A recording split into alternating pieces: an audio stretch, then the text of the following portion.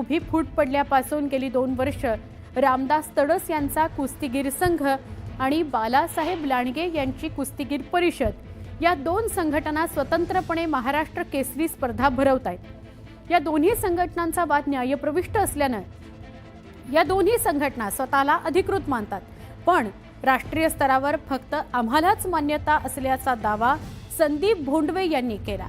अहिल्यानगरला भरलेल्या याच महाराष्ट्र केसरी स्पर्धेत पैलवान शिवराज राक्षे यांनी पंचाला लाथ मारल्यानं मोठा वाद तयार झालाय।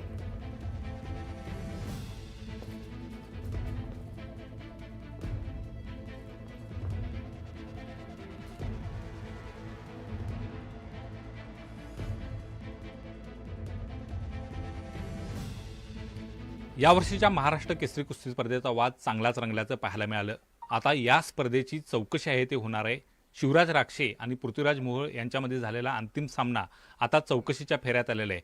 खरं तर शिवराज राक्षे यांच्यावरती अन्याय झाल्याचा आरोप आहे तो केला जात होता आणि स्वतः शिवराज राक्षे हे सुद्धा त्यानिमित्तानं आक्रमक झाल्याचं पाहायला मिळालं। कुस्ती झाल्यानंतर त्यांनी जी भूमिका मांडली किंवा पंचांच्या बाबत जे वर्तन केलं त्यावरून त्यांच्यावरती सुद्धा टीका झाली।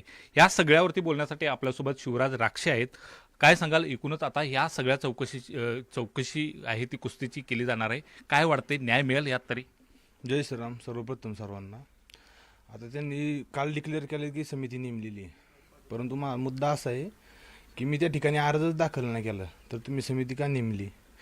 जर संघटनेवर जर काय कारवाई करायची असेल तर त्यासाठी जर अर्ज करावा लागतो पहिल्यांदा आणि त्यानंतर अर्जानंतर तुम्ही त्याची छाननी करून मग त्याच्यावर तुम्ही डिसिजन घेता।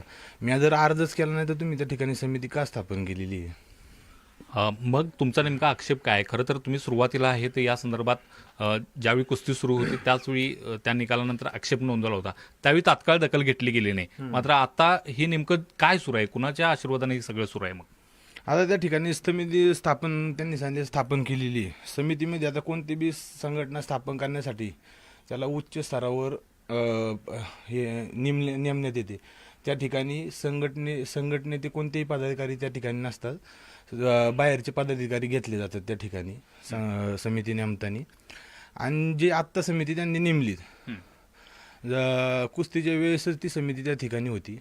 त्या ठिकाणी ज्युरी ऑफ अपीलला नामदेव बड्रे होते, तांत्रिक समितीचे अध्यक्ष दिनेश गुंड होते, संघटनेचे समितीचे उपाध्यक्ष विलास कतुरे होते। मग त्या ठिकाणी तुम्ही तेव्हाच का त्या ठिकाणी निर्णय नाही घेतला? मग आता या समितीकडून न्याय मिळेल वाटते? काय वाटते एकूणच या समितीचं, म्हणजे तुम्ही जी नावं घेताय आणि ही समिती काय वाटते तुम्हाला? आता ही समिती त्यांनी स्थापन केली आहे, त्या ठिकाणी तुम्ही उच्च स्तरावर जाऊन निवृत्त न्यायाधीशाकडून ती समिती स्थापन करून मला न्याय देण्यात यावा असंच माझी या ठिकाणी विनंती आहे तुम्हाला। पण कुस्तीगीर परिषदेच्या या समितीवरती तुमचा विश्वास नाही? आता त्या ठिकाणीच कुस्ती परिषदेची समिती होती।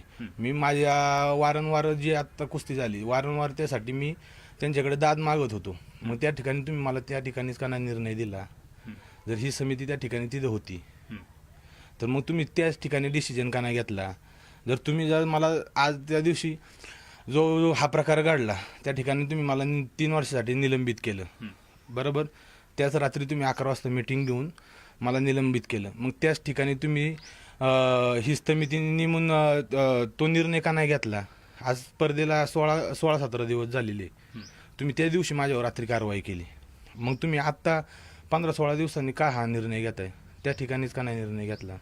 मग असं का होते? कारवाईसाठी तात्काळ पुढाकार घेतला जातोय आणि तुम्हाला न्याय देण्यासाठी मात्र अशा पद्धतीने विलंबानं समिती स्थापन केली जाते? हो, आता मग त्यांनी आता त्यांची स्थिती समिती आहे ना, त्याबद्दल आता आपण काय बोलू शकतो ना। आता विषय आता असा झाला, दुसरा मुद्दा मांडायचा झाला तर बक्षिसाचा विषय। संदीप भोंडवे स्वतः छाती ठोकपणे सांगतात की पहिल्यांदा कोणत्या अन्याय होऊ देणार नाही।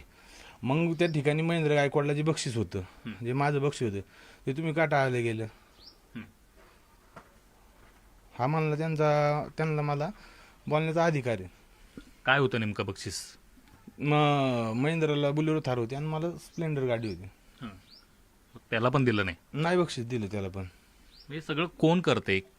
खरं तर ह्यामुळं महाराष्ट्र केसरी ह्या कुस्ती स्पर्धेला गालबोट लागते वाटत नाही का? मग 100% आता सर्व जनतेने या ठिकाणी पाहिलीच होती, त्या ठिकाणी कुस्ती झाली होती का नव्हती झाली होती। त्या ठिकाणी सर्व पाहिलेलं आहे. आता त्यांनी सांगितलं की ही कमिटी नेमलेली कमिटी तर त्या दिवशी स्वतः तिथे हजर होती. त्यामध्ये नामदेव बर्डे ज्युरी अपीलला होते, तांत्रिक समितीचे अध्यक्ष दिनेश गुंड होतं, संघटना समितीचं उपाध्यक्ष विलास कतुरे होते. मग हीच आत्ता संघटनेचे तिथे सगळे पदाधिकारी होते. मी माझ्या न्यायासाठी तिथे दाद मागत होतो. मग त्या ठिकाणी तुम्ही तो निर्णय का नाही घेतला? आज स्पर्धेला 15-16 दिवस झालेत. तुम्ही माझ्यावर निलंबनाची कारवाई तुम्ही त्या रात्री घेतली. मग पंचांवर त्या ठिकाणी का नाही तुम्ही ठोसपणे भूमिका मांडली? आणि त्या दिवशी तिथेच समिती होती, मग का तुम्ही तिथं त्यावर निर्णय नाही घेतला? आता 15-16 दिवस झाले, तुमच्या मनात ती सल अद्यापही कायम आहे? हो, 100% ते आहेच. माझं आता एक प्रमाणे एक मत आहे. आता त्यांनी माझ्यावर बंदी घातलेली आहे. आता या समितीद्वारे ते 95 बंदी घालतील का काय करतील ते आता मला नाही सांगता येतं. माझं एक ठाम भूमिका असणार आहे की जर त्यांनी निर्णय तवाच घेतला असता तर ती कुस्ती परत सुरू झाली असती. त्या कुस्तीतनं परत पुढं काय घडलं असतं ते परमेश्वराला माहिती आहे. परंतु आता माझी एक दात असणार त्यांच्या की पृथ्वीराजची माझी परत कुस्ती घेणार आहे का तुम्ही? महेंद्र तर त्या ठिकाणी मातीवर फायनलला आलेला आहे. मग त्याच्या पृथ्वीराजची माझी परत तुम्ही कुस्ती घेणार आहे का? रोहित पवार आज 4 वाजता कुस्तीगीर परिषदेच्या स्पर्धेची घोषणा करतायत, पण त्याआधीच कुस्तीगीर संघानं याला आक्षेप घेतलाय. राज्यातील कुस्तीगीर परिषदेत उभी फूट पडल्यापासून गेली 2 वर्ष रामदास तडस यांचा कुस्तीगीर संघ आणि बालासाहेब लांडगे यांची कुस्तीगीर परिषद या 2 संघटना स्वतंत्रपणे महाराष्ट्र केसरी स्पर्धा भरवत आहेत. या दोन्ही संघटनांचा वाद न्यायप्रविष्ट असल्यानं या दोन्ही संघटना स्वतःला अधिकृत मानतात, पण राष्ट्रीय स्तरावर फक्त आम्हालाच मान्यता असल्याचा दावा संदीप भोंडवे यांनी केला. अहिल्यानगरला भरलेल्या याच महाराष्ट्र केसरी स्पर्धेत पैलवान शिवराज राक्षे यांनी पंचाला लाथ मारल्यानं मोठा वाद तयार झालाय.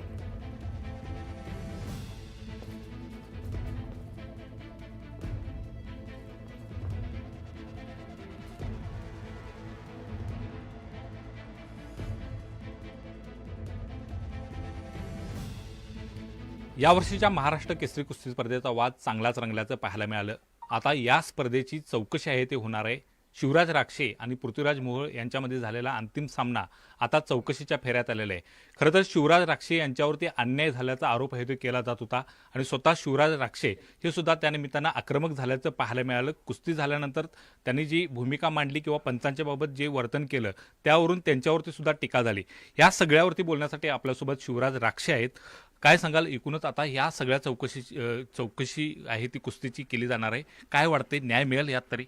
जय श्रीराम सर्वप्रथम सर्वांना.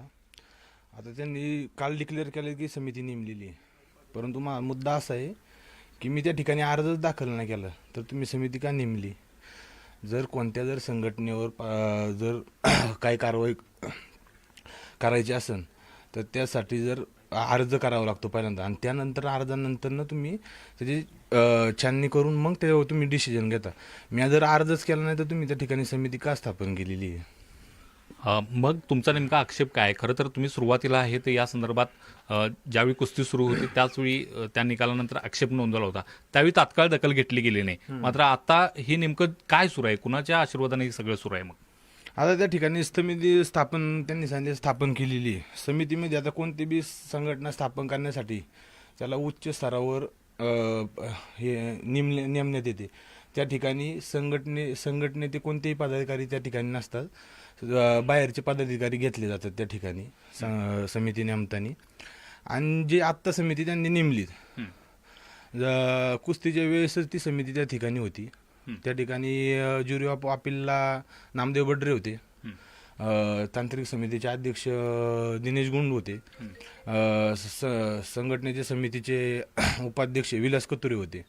मग त्या ठिकाणी तुम्ही तेव्हाच कारण त्या ठिकाणी निर्णय नाही घेतला? मग आता या समितीकडून न्याय मिळेल वाटते? काय वाटते एकूणच या समितीचं, म्हणजे तुम्ही जी नावं घेताय आणि ही समिती काय वाटते तुम्हाला? आता ही समिती त्यांनी स्थापन केली आहे, त्या ठिकाणी तुम्ही उच्च स्तरावर जाऊन निवृत्त न्यायाधीशाकडून ती समिती स्थापन करून मला न्याय देण्यात यावा असंच माझी या ठिकाणी विनंती आहे तुम्हाला. पण कुस्तीगीर परिषदेच्या समितीवरती तुमचा विश्वास नाही? आता त्या ठिकाणीच कुस्ती परिस्थिती समिती होती. मी माझ्या वारंवार जी आता कुस्ती झाली वारंवार त्यासाठी मी त्यांच्याकडे दाद मागत होतो. मग त्या ठिकाणी तुम्ही मला त्या ठिकाणीच का नाही निर्णय दिला? जर ही समिती त्या ठिकाणी तिथं होती तर मग तुम्ही त्याच ठिकाणी डिसिजन का नाही घेतला? जर तुम्ही जर मला आज त्या दिवशी जो हा प्रकार घडला त्या ठिकाणी तुम्ही मला 3 वर्षासाठी निलंबित केलं, बरोबर? त्याच रात्री तुम्ही 11 वाजता मीटिंग घेऊन मला निलंबित केलं. मग त्याच ठिकाणी तुम्ही ही समिती नेमून तो निर्णय का नाही घेतला? आज स्पर्धेला 16-17 दिवस झालेले, तुम्ही त्या दिवशी माझ्यावर रात्री कारवाई केली. मग तुम्ही आत्ता 15-16 दिवसांनी का हा निर्णय घेताय? त्या ठिकाणीच का नाही निर्णय घेतला? मग असं का होते? कारवाईसाठी तात्काळ पुढाकार घेतला जातोय आणि तुम्हाला न्याय देण्यासाठी मात्र अशा पद्धतीने विलंबानं समिती स्थापन केली जाते. हो, आता मग त्यांनी आता त्यांची स्थिती समिती आहे ना, त्याबद्दल आता आपण काय बोलू शकतो ना. आता विषय आता असा झाला, दुसरा मुद्दा मांडायचा झाला तर बक्षिसाचा विषय. संदीप बोंडे स्वतः छाती टोकपणे सांगतात की पहिल्यांदा कोणत्या अन्याय होऊ देणार नाही. मग त्या ठिकाणी महेंद्र गायकवाडला जे बक्षीस होतं, जे माझं बक्षीस होतं, ते तुम्ही का टाळलं गेलं? हा म्हणला त्यांना मला बोलण्याचा अधिकार आहे. काय होतं नेमकं बक्षीस? महेंद्रला बुलेरो थार होती आणि मला स्प्लेंडर गाडी होती. त्याला पण दिलं नाही बक्षीस दिलं त्याला पण. हे सगळं कोण करते? खरं तर ह्यामुळं महाराष्ट्र केसरी ह्या कुस्ती स्पर्धेला गालबोट लागते वाटत नाही का? मग 100% आता सर्व जनतेने या ठिकाणी पाहिलीच होती. त्या ठिकाणी कुस्ती झाली होती का नव्हती झाली होती, त्या ठिकाणी सर्व पाहिलेलं आहे. आता त्यांनी सांगितलं की ही कमिटी नेमलेली कमिटी जर त्या दिवशी स्वतः तिथं हजर होती. त्यामध्ये नामदेव बर्डे ज्युरी अपीलला होते, तांत्रिक समितीचे अध्यक्ष दिनेश गुंड होतं, संघटना समिती